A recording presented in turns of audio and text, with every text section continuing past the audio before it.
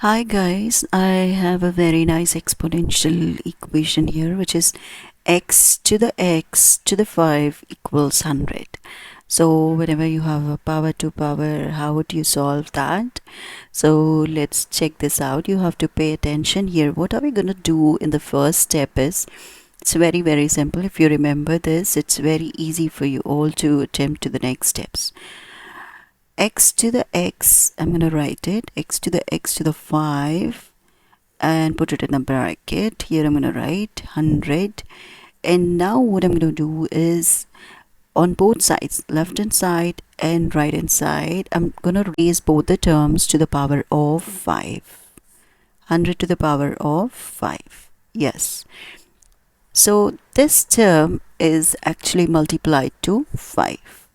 So here what I'm going to do in the next step is, as you know this law, a to the power of m whole to the power of n. Now you can even write it like this, a to the power of n whole to the power of m. You can bring it inside.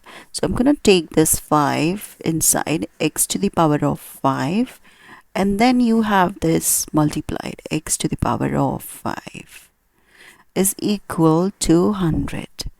Now what we're going to do is, 100 to the power of 5, and 100 to the power of 5 can be written as 10 squared. So we're going to write like that, 10 square whole to the power of 5, and this is x to the 5 times x to the 5.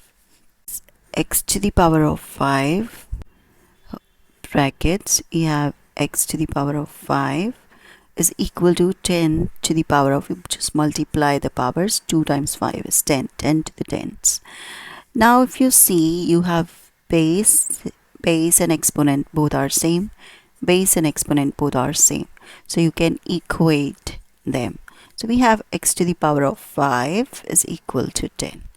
Now almost you've got to the answer. Now take fifth root on both sides. Yes, to solve, we're going to take fifth root on both sides, so that this fifth root and 5 gets cancelled. So you're left with x is equal to fifth root of 10. And that's it. That's your answer. How simple was that? You found the value of x. If you remember these tricks, you can easily attempt any of the questions like this. So hope you've learned this today. Thank you so much for joining. Bye bye. Take care.